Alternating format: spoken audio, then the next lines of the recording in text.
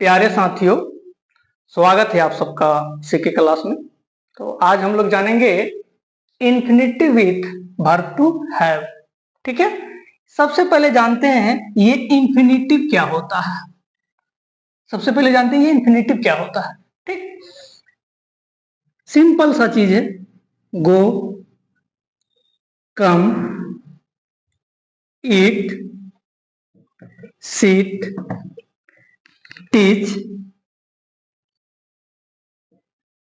ये सब क्या है भाई? वर्ब है। गो, कम, ईट, सीट, है ना। तो ये सारा वर्ब है और वर्ब के पहले अगर टू लग जाए, वर्ब के पहले अगर टू लग जाए तो वो क्या हो जाता है? इन्फिनिटिव। इसी को तो कहते हैं इन्फिनिटिव। मेन वर्ब के पहले अगर टू लग गया तो इन्फिनिटिव हो गया। ठीक, जैसे जब भी आप कोई ट्रांसलेशन बनाते हैं जिसका वर्ड मीनिंग वर्ब का याद नहीं रहता है तो आप पूछते हैं कि सर जाना का अंग्रेजी क्या होगा, खाना का क्या होगा, आना का क्या होगा। आप क्या बताते हैं? पूछते हैं कि जाना का क्या होगा सर, आना का क्या होगा, खाना का क्या होगा, बैठना का क्या होगा, पढ़ाना का क्या होगा। तो क्या लिखते हैं? जाना का गो, आना का कम, खाना का ईट, बैठना का सीट, पढ़ाना का टीच।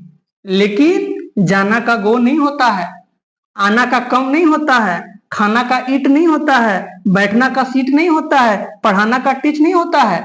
अगर आप डायरेक्ट गो लिखते हैं, आप अगर डायरेक्ट गो लिखते हैं तो गो का मतलब जाना नहीं, जाओ। कम का मतलब आओ, सीट का मतलब बैठो, ईट का मतलब खाओ, टीच का मतलब पढ़ाओ। तो इसमें जैसे टू लग गया तो ये क्या हो गया? इन्फिनिटिव वर्ब हो गया। ठीक, और जैसे ही इसमें टू लग गया, इन्फिनिटिव हो गया, तो ये वर्ब खानदान से बाहर हो जाता है, ये वर्ब खानदान से निकल जाता है। ठीक है, जैसे हमारे गांव समाज में अगर कोई हमारे मान्यता को तोड़ता है तो हम लोग क्या कहते हैं कि तुमको अपने जात से निकाल देंगे, तुमको अपने खानदान से निकाल देंगे, तुम्हारा लोटा थरिया छीपा अलग कर देंगे। उसी तरह ये वर्ब अपने मान्यता को तोड़ दिया है, अपने नियम कानून को तोड़ दिया है, इसमें टू लग गया है। तो जितने भी वर्ब खानदान वाले हैं वो अपने खानदान से इसको निकाल देते हैं। जाओ, तुम्हारा लोटा थरिया हमने भी बांट दिया, तुमको भी हम अपने जात से निकाल दिए। तो जैसे ही टू लगा तो ये वर्ब खानदान से बाहर हो गया। अब ये वर्ब में नहीं रहा, ये सब्जेक्ट भी बन सकता है, कॉम्प्लीमेंट भी बन सकता है, एडजंक्ट भी बन सकता है। वो आपको आगे बताएंगे कैसे कोई वर्ब सब्जेक्ट भी बन जाता है अगर वो इन्फिनिटिव होता है तो। ठीक है, तो ये हम लोग जान गए कि इन्फिनिटिव क्या होता है। ठीक, अब हम लोग जानेंगे टू हैव।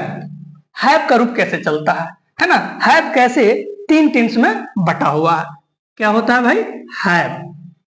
हैव हैव को हम लोग तीन टेंस में बांटते हैं। कौन कौन टेंस में बांटते हैं? प्रेजेंट टेंस, पास्ट टेंस और फ्यूचर टेंस। ठीक, तो प्रेजेंट टेंस में इसका कौन कौन होता है रूप? हैव, हैज,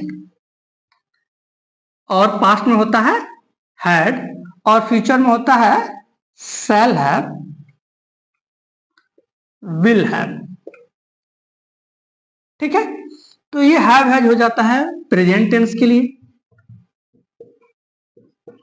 हैड हो जाता है पास्ट टेंस के लिए, और शैल हैव विल हैव हो जाता है फ्यूचर टेंस के लिए।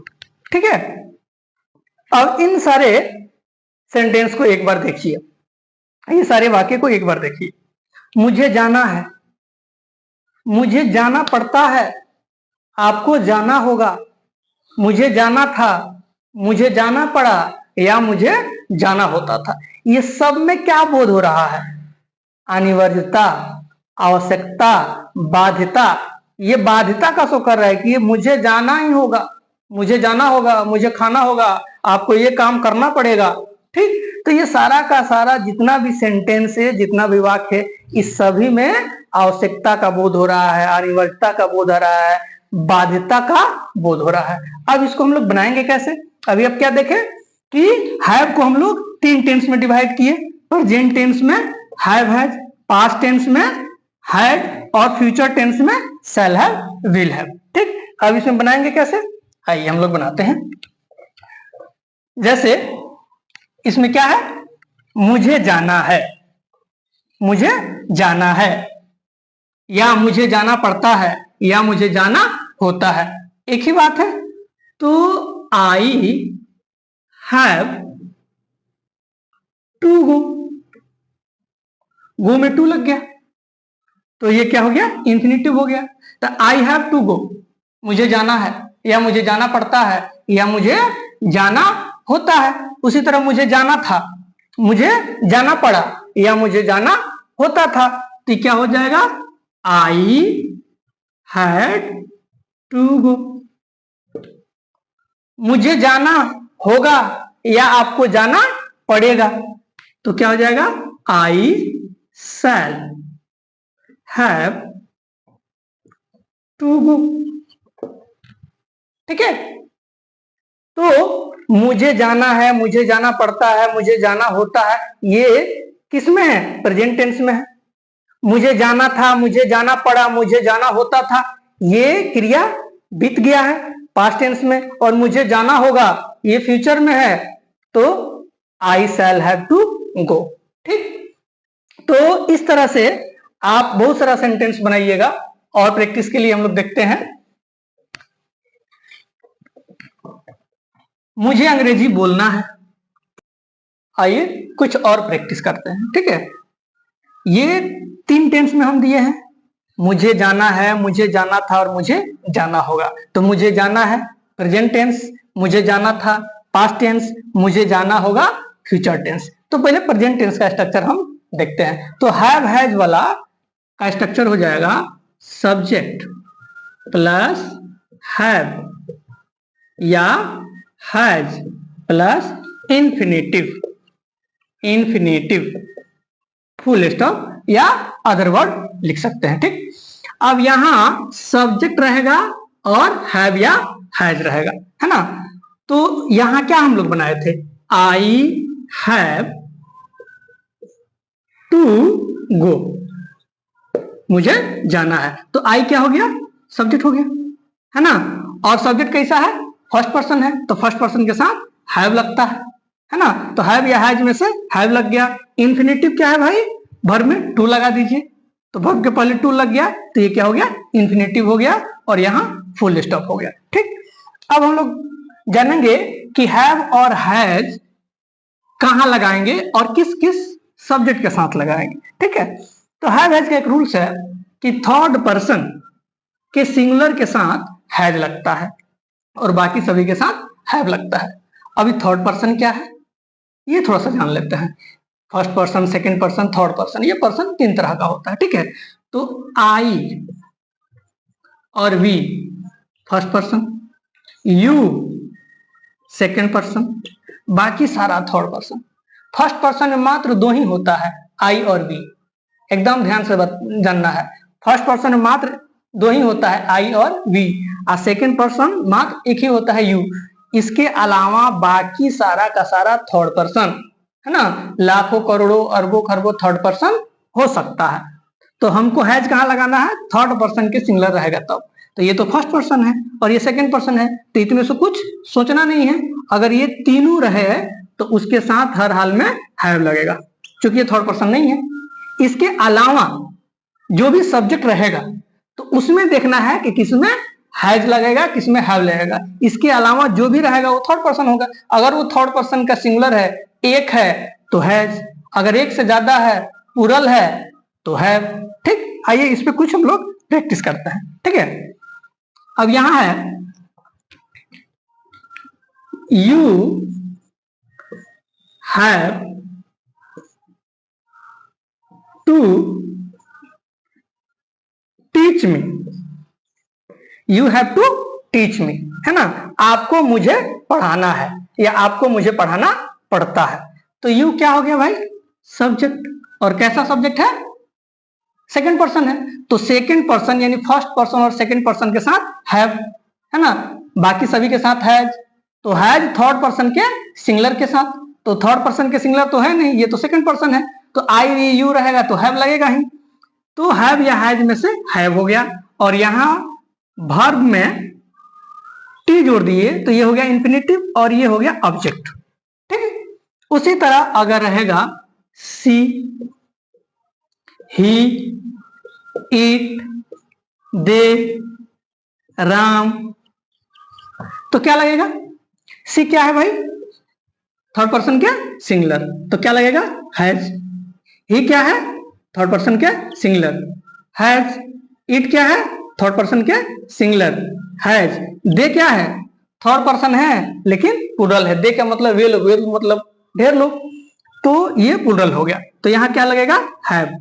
ठीक, ये भी थर्ड ही पर्सन है लेकिन प्लूरल हो गया तो हैव लगा। राम क्या है, एक नाम है, थर्ड पर्सन के सिंगुलर, हैज लगेगा। ठीक, तो यहां आप देखिए कि आई वी है तो हैव लगा दिए, यू है तभी हैव लगा दिए। ठीक, देखना कहा कि आई वी नहीं रहेगा, अगर वो सिंगुलर रहेगा तो हैज, अगर प्लूरल रहेगा तो हैव। तो हैव हैज का प्रयोग आप देख लिए, है ना, कि किस सब्जेक्ट के साथ हैव लगेगा और किस सब्जेक्ट के साथ हैज लगेगा। ठीक, अब हमको क्या करना है कि इसको तीनों टेंस में कन्वर्ट करना है। ये तो हो गया हैव हैज, पहले तीनों टेंस का स्ट्रक्चर लिख लेते हैं। तो ये प्रेजेंट टेंस का हो गया। ठीक, उसी तरह पास्ट टेंस का क्या हो जाएगा, subject plus had plus infinitive, infinitive. ठीक है, यहां ऑब्जेक्ट हो सकता है, अदर वर्ड हो सकता है, रहेगा तो नहीं तो नहीं। ठीक, उसी तरह फ्यूचर में क्या हो जाएगा, सब्जेक्ट प्लस शैल हैव या will have plus infinitive, infinitive full stop. ठीक, तो ये हो गया स्ट्रक्चर प्रेजेंट टेंस का, subject plus have has plus infinitive, ये हो गया subject plus had plus infinitive, है ना, अदर वर्ड। और ये हो गया फ्यूचर टेंस के लिए subject plus shell will have plus infinitive. ठीक, तो इसको अब तीनों टेंस में कन्वर्ट करते हैं, एक हैड वाला, एक शैल विल वाला और एक हैव हैज वाला। ठीक है, तो देखिए अब ये है कि you have to teach me. ठीक, अब इसी को पास्ट टेंस में कन्वर्ट कीजिए तो क्या हो जाएगा, you had to teach me, तो क्या हो जाएगा, you had to teach me, है ना, आपको मुझे पढ़ाना था, आपको मुझे पढ़ाना था या आपको मुझे पढ़ाना था। ठीक, उसी तरह आपको मुझे पढ़ाना होगा या आपको मुझे पढ़ाना पड़ेगा, तो you will have to teach me. ठीक, अब यहां शैल विल है तो फर्स्ट पर्सन के साथ शैल और बाकी सभी के साथ विल लिखते हैं, है ना। शैल विल में शैल कहां लिखेंगे, विल कहां लिखेंगे, है ना। आई और वी क्या है भाई, फर्स्ट पर्सन है और फर्स्ट पर्सन के साथ शैल लगता है, बाकी सभी के साथ विल लगेगा। तो अभी हम लोग क्या देखें, आई और वी फर्स्ट पर्सन के साथ शैल लगेगा और बाकी सभी के साथ विल लगेगा। ठीक है, वीडियो के फर्स्ट में ही आपको बताए थे कि इंफिनिटिव वर्ब कभी कभी सब्जेक्ट भी बन जाता है। कैसे, जैसे खेलना, खेलना स्वास्थ्य के लिए लाभदायक है, क्या है, लाभदायक है। तो इसमें क्या है, खेलना, ना जुट गया, टू लगेगा, जाना आना उठना बैठना खेलना पढ़ना। ठीक, तो ये सब क्या है, इंफिनिटिव, इसमें टू लग गया तो क्या हो गया, टू प्ले, क्या हो गया, to play is useful, useful for health. For health. ठीक, तो यहाँ टू पहले क्या हो गया, सब्जेक्ट इज हो गया वर्ब, और यूजफुल फॉर हेल्थ ये एडजंक्ट हो गया या अदर वर्ड हो गया। तो यहाँ क्या देखिए, वर्ब भी सब्जेक्ट बना कब, जब ये इंफिनिटिव हुआ। इंफिनिटिव क्यों हुआ, टू लग गया। ठीक, और जैसे ही टू लगा ये वर्ब खानदान से बाहर हो गया। ठीक, तो आप इस तरह के बहुत सारा सेंटेंस प्रैक्टिस कर सकते हैं, बना सकते हैं। ठीक है, इससे आपका स्पीकिंग इंग्लिश मजबूत होगा और ग्रामिकल बेस भी मजबूत होगा। ठीक, मेरा एक ही लक्ष्य है कि जो विद्यार्थी इंग्लिश से भागता है, जिसको कठिन लगता है ना, मैं वैसे स्टूडेंट को बेसिक चीज बताता हूं, है ना, बेसिक कंसेप्ट क्लियर कराता हूं। मैं कोई दिस दैट बात नहीं करता हूं, लोकल लैंग्वेज में आसान भाषा में बताता हूं ताकि उसको समझ में आ जाए, जिसको लग रहा है कि हाँ इंग्लिश बहुत भारी है। ठीक, अगर मेरा वीडियो पसंद आए, मेरा सेशन पसंद आए, मेरा क्लास पसंद आए, तो मेरे चैनल को सब्सक्राइब कीजिए, लाइक कीजिए और कमेंट कीजिए। चलिए, थैंक यू।